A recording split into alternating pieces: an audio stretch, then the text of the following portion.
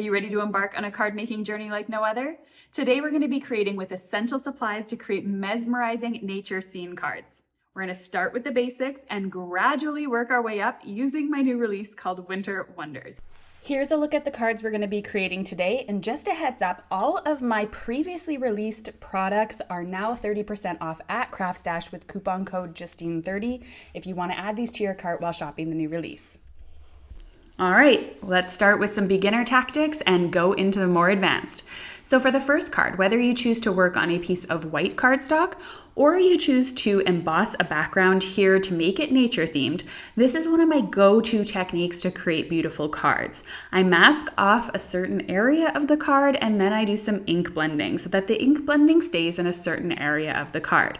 So whether you're creating a strip of color going from the top to the bottom, left to right, or on a diagonal like this, corner to corner, or you create yourself a rectangle, a circle, a square, a diamond, anything like that, it's going to, having lots of white space and then a significant pop of color is going to make a beautiful card pretty much no matter what you decide to do.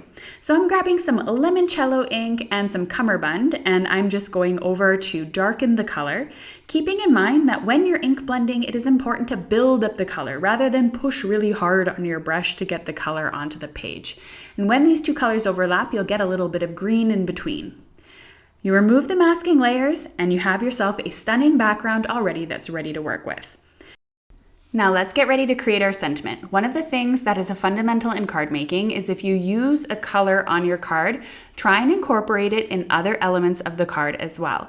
So you can see here I die cut the shadow of my sentiment, placed my stamp in the center so it was even all around, and this time I'm going to create my stamp here by using the colors that I used to ink the background. So you can see I added a little bit of yellow on the top, making sure I go over with my blending brush just ever so slightly so that I don't get any harsh lines. And then I'm gonna add in some blue to the bottom.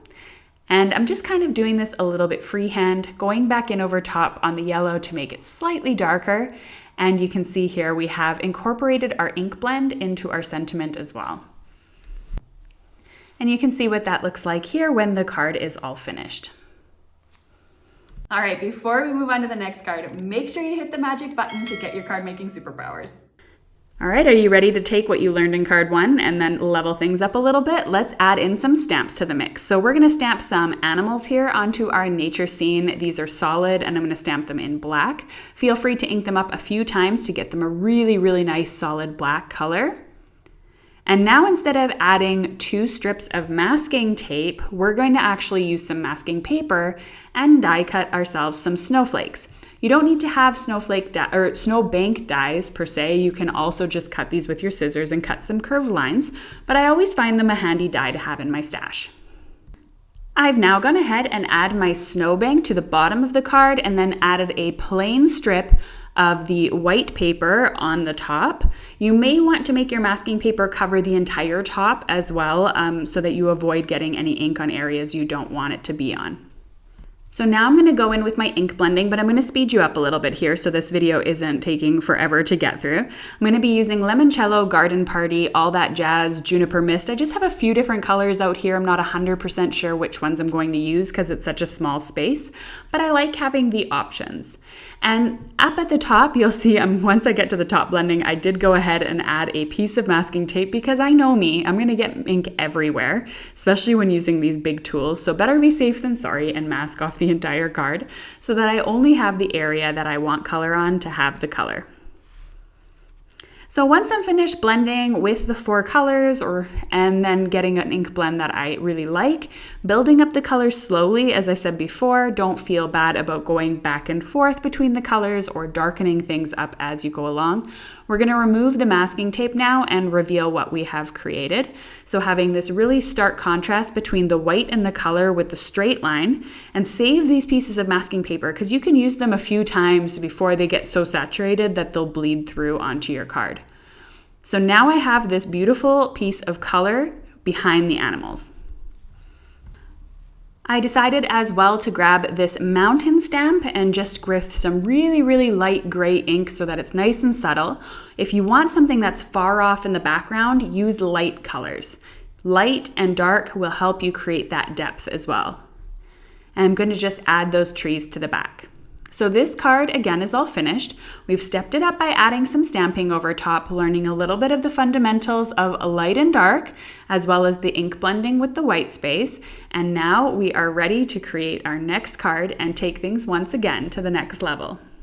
By the way, before we dive into the next release, I have some exciting news for you. Below in the video description, I have a link to a free inspiration guide for the Winter Wonders release that has a dozen ideas on what you can do with your nature-themed cards. It's the perfect companion to this video, and I'm going to remind you about it again at the end of the video. So don't click away, keep watching, and then you can download it. All right, are you ready to step up your game when it comes to masking, ink blending, and nature scene cards? Let's grab a couple of dies here and create ourselves some snowbanks. If you don't have snowbank dies, you can also just grab your scissors and make yourself a curvy line on masking paper. My preferred masking paper is Ink-a-Dink-a-Doo. I'm using currently Altenew. This is the one I have at the moment. And just keep in mind, if your tape's too sticky, just stick it on your arm and it will reduce the stickiness when you go to attach it to your card. So still using tape to mask off the top edge of the card. This just gives me a nice straight, even line. And then I'm going to go ahead and add my snowbanks to this card to mask off a really small area for my nature cards. When you're creating cards like this, one of the things that makes them so stunning is the fact that it's on such a small area with a lot of white space. I'm also going to go ahead and cut myself a small circle for the moon and attach that to the card, and then we'll get started on the actual ink blending.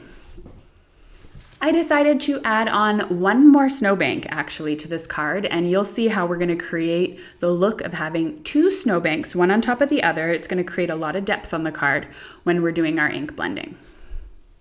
So I'm going to create with a lot of blues here. I'm using Cove Blue and Juniper Mist.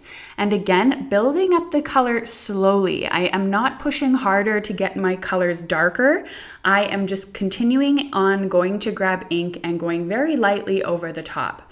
When you're using blending tools, whether it's blending brushes or these ergonomic ones or the ones with the handles, it doesn't matter which ones you're using for this at all, but it's going to take a while to build up the color and we need to have patience while we're doing that. So now I'm going to go in with my darker color, the Juniper Mist, and I'm going to go in from the left and the right side this time, and I'm going to leave the area around the moon still this lighter blue color, because when we think about the moon radiating light, it's probably going to be lighter around the moon and darker as far away as we get from the moon. So I want to make sure that you can kind of see that in this card. I'm going to go ahead and remove the moon mask now. So this piece, little circle here, we're going to remove it. And we are going to go over it with a little bit of the blue ever so lightly because the moon isn't going to be such stark white. All right, let's add in some stamps for our nature scenes. What I really love when it comes to nature scenes is adding a mixture of solid stamps and line art stamps.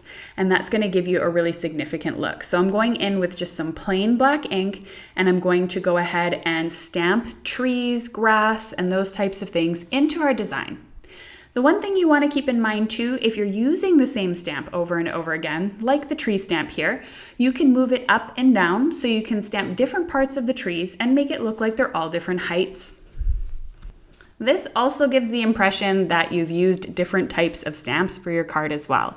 I'm going to remove the first layer of my snowbank and go over it with that blue ink just a little bit again, creating a light layer so that it makes sort of a shadow on the card. And I'm going to stamp some grass as well over top of that snowbank, or sort of like little pieces that are sticking up here through the snow. And then I can go ahead and remove the rest of the masks to reveal my scene. So you can see here we've created a lot of depth. The moon in the very back, the trees, the first snowbank, the second snowbank, the grass. You have all of this depth in such a small area. And just a quick tip, when you're pulling off your masking tape, pull it off on a diagonal slowly and keep your hand on the card. If you happen to get any smudges of ink anywhere, grab your sandpaper eraser and erase those. You can then go ahead and add any sentiment you like to this card. I'm going to use the season's greetings here, and I absolutely love the way that this turned out. Clean, simple, and beautiful. Let's combine everything that we learned into a little bit more of an advanced card, and I am realizing that I actually only created 4 cards and not 5 cards like I said in the beginning, but that's okay. We're gonna grab a nesting die here, so any shape is fine, rectangle, diamond, oval, circle, it doesn't matter. We're gonna cut it out of some masking tape. You do want the panel that you're creating this out of to be slightly, ever so slightly larger than your card panel. It's gonna make your life a lot easier. And your circle obviously should fit inside of your card panel. So every nesting die is different and comes in different sizes. Just grab your largest one that fits on your card panel and cut your masking paper just ever so slightly larger so that you don't have any strips of your card panel exposed, because then you're gonna get ink on it and it's gonna ruin your card. A small tip when you're applying your masking paper panels like this with the circle in it onto your card, lift up the backing only a little bit, don't expose the whole thing just yet, and line up the 2 bottom corner pieces first, and then slowly stick down the rest. If you were to take the backing off all at the same time, the chances of it getting crooked or exposing certain areas is quite high. All right, so once again, I have my area that I'm gonna work with a lot of white space masked off, and I'm gonna go ahead and add myself some snowbanks again, because a winter scene just isn't complete without a couple of snowbanks. So I'm gonna add 2 of them once again to this card. Feel free to add 3 if you like, and I'm going to create my ink blending first. So again, speeding things up, this time I'm using Tiara, Orange Peel, and Cummerbund to get a little bit of a different ink blend here, a little brighter, more like a daytime scene, and slowly building up the color as we go.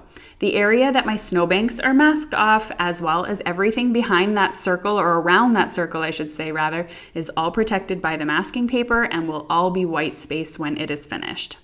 So slowly build up your colors and then you're all good to go. I absolutely adore this part here of doing the reveal. This time I'm not going to remove everything here. I'm going to remove the first snowbank first. I'm going to grab actually some light gray ink here. And this is Pebble ink it's called. And I'm just going to go ahead and ink blend over top of the snowbank ever so slightly and lightly. You'll also notice that I'm actually on the masking paper first and gradually going into the snowbank so that it stays nice and light. I don't want anything dark here. And that way when I go to remove the mask for the other snowbank here, then I have a nice shadow that shows the difference between the snowbanks. And we did this in the last card as well, but you can see kind of the difference in a daylight scene by using just a little bit of gray. At this point, you could also add a little bit of that gray color to the bottom and sides of your circle if you really want that circle to be defined at the bottom of the circle. For me, it was more important to just have it towards the top and leave the bottom kind of open. So I'm going to go ahead once again with a little bit of a tree line here, and I'm going to stamp that onto my background. I'm going to go ahead and add some solid trees here and there, moving towards the front of the scene as well. So these are going to overlap the back, also making it look like those trees in the back are further back than the ones in the front. And you can see by stamping my second tree a little further up than the one I stamped first, that also looks like it's more in the background than the other one. So I'm going to go ahead now and add a couple of birds to the sky, just trying to really define that circle. You can see I've overlapped my masking paper, and that's okay. And I'm going to go ahead and add some animals. And I'm going to decide along the way as well, am I going to add 1 animal? Am I going to add 2, 3? How am I going to do this? And I think for this one here, the scene is already becoming quite full. I think 1 is perfectly fine. An optional step here as well is to grab yourself a scrap piece of paper and some of that light gray ink again, and just create a small little shadow underneath the polar bear, because he would also make a shadow in the snow if he were walking along. You can do this as well using your snowbank mask, if you have one of those. And I can also go in and add little shading underneath the trees as well. Are you ready? Are you ready? This is my favorite part. Look at that amazing scene that we just created. I think this looks absolutely stunning, having the circle towards the top, it undefined at the bottom. All you need at this point is your sentiment and it's done. And of course, simply attaching it to your card base. Now, as you're looking at this final card, don't forget to grab the free inspiration guide in the description below. Just do me a favor and right-click on it to open it in a new tab so YouTube doesn't punish me for sending you over there. Now, if you don't already have enough ideas and want to run straight to your craft room, then come meet me over here in this video. I'm going to show you some more winter themed cards. These ones are Christmas and holiday themed, but if you just change up the sentiment, the majority of them will fit for winter themed cards as well for any occasion. So meet me over here and I'll see you there.